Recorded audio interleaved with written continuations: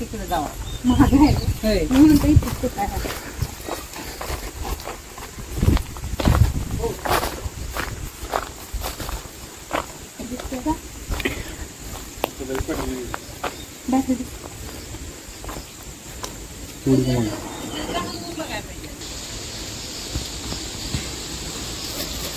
पत्र्याच्या मागे गेलाय का त्या पत्र्यात तिकडे असं गेलेलं आहे. तर मित्रांनो बघू शकता हे घराच्या बाजूला पत्रा आणि थोडीशी लाकडं ठेवलेली होती आणि इथं यांना हा साप गेलेला दिसलेला होता. तर आता हे सगळं आपल्याला आधी काढावं लागणार आहे आणि मग बघायला लागणार आहे की इथं साप आहे की कुठं बाजूला गेलाय ते.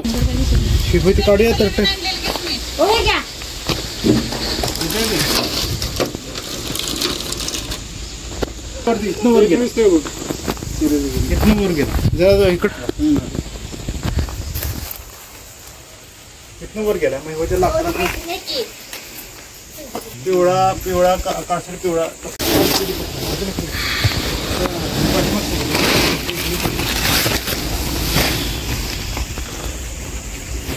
ह्या साईड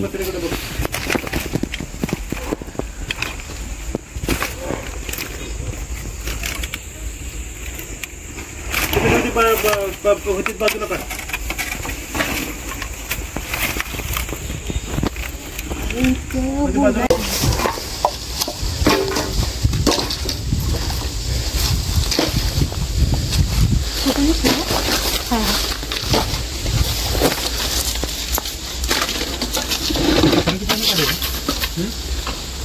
पत्र्याची पण बाजूला इकडे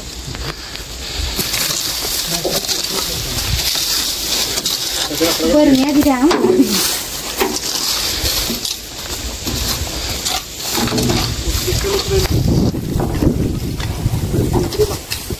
बाळाच्या शेडाच्या दरवाजा इकडे इकडे इकडे लाव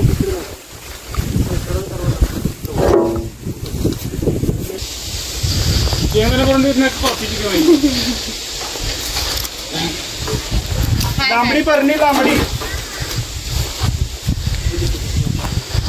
तर इथं हा घोणस जातीचा एक विषारी साप आहे. याला इंग्लिशमध्ये रसल स्वायपर आणि मराठीमध्ये घोणस या नावाने ओळखले जाते आणि आपल्या ग्रामीण भागात या सापाला फरुड किंवा परड या नावाने ओळखले जाते.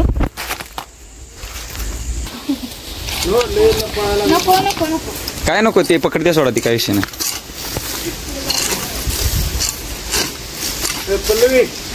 मोबाईल घेऊन इकडे व्हिडिओ चालू करून आणि यांच्याकडे बघायचे पळायचं नाही हलवायचं नाही. वर वर हे वर तेवढी चिर बंद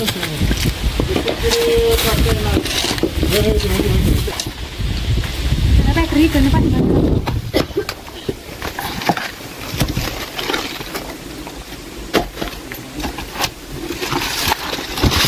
बाजूला बाजूला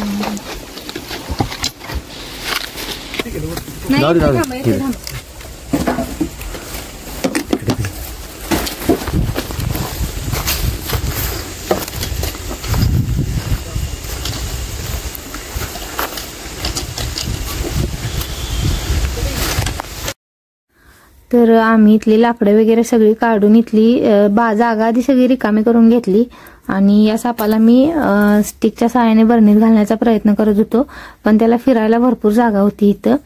आणि आपल्या घराच्या आजूबाजूला आपण अशी ही अडचण करून ठेवत असतोय आणि यामध्ये आपल्याला म्हणजे ज्या लागत नसतात गोष्टी त्या घराच्या आजूबाजूला ठेवायला नको पाहिजेत. आपण घराच्या बाजूला अडचण करायला नको पाहिजे, नाहीतर हे सापांना आपणच आमंत्रण दिल्यासारखं होतंय. आणि आपल्या घराच्या आजूबाजूचा परिसर जेवढा आपल्याला स्वच्छ ठेवता येईल तेवढा आपण स्वच्छ ठेवण्याचा प्रयत्न केला पाहिजे, जेणेकरून हे सापांना वगैरे येऊन बसण्यासाठी अशी अडचण नाही तयार झाली पाहिजे आपल्या आजूबाजूला. कारण आपली जनावरे वगैरे असतात आणि इथं पण या घराच्या इथून थोडंसं आतल्या बाजूला जनावरे वगैरे आहेत त्यांची, तर ते जनावरांना पण धोका निर्माण होऊ शकतो. तर त्यामुळं लाकडं वगैरे पण आपण घराच्या बाजूला भरून ठेवत असताना मचान वगैरे करून ठेवली पाहिजे, जेणेकरून सापांना येऊन त्यात बसायला जागा नाही निर्माण झाली पाहिजे. असं खालच्या बाजूनं पोकळ राहिली पाहिजे, म्हणून जेणेकरून साप येऊन बसणार नाही त्याच्यात.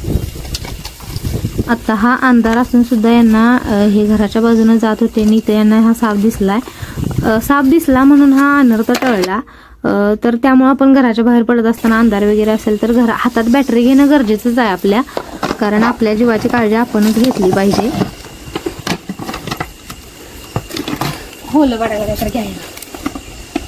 नमस्कार, मी प्राजक्ता. स्वागत आहे आपल्या सर्वांचं माझ्या युट्यूब चॅनलमध्ये. आणि आता मला आमच्याच गावातून मासनाळ्यातून कॉल होता की इथं घराच्या इथे साप आलाय, आणि इथे येऊन बघितलं तर हा घोणस जातीचा एक विषारी साप होता. आणि आता आपण याला व्यवस्थितपणे रेस्क्यू केलाय आणि आता याला याच्या मूळ आदिवासामध्ये परत मुक्त करणार आहे. खरी तिथं आलेला आमच्या शेडात पलीकडं. हा पलीकडं. होय होय. आता हे कुठे सोडणार आहे? दिसला का? मानवी वस्तीपासून लांब सोडायचा. ह्याच्यापेक्षा जोरात आवाज असतोय. आवाज करतोय कुठच्या शिट्टीपेक्षा जोरात आहे. चला तर या सापाला त्याच्या मूळ आदिवासामध्ये परत मुक्त करूया. घोणस जातीच्या विषारी सापाला आपण त्याच्या मूळ आदिवासामध्ये परत मुक्त करण्यासाठी आलोय. चला तर या सापाला त्याच्या आदिवासामध्ये परत मुक्त करूया.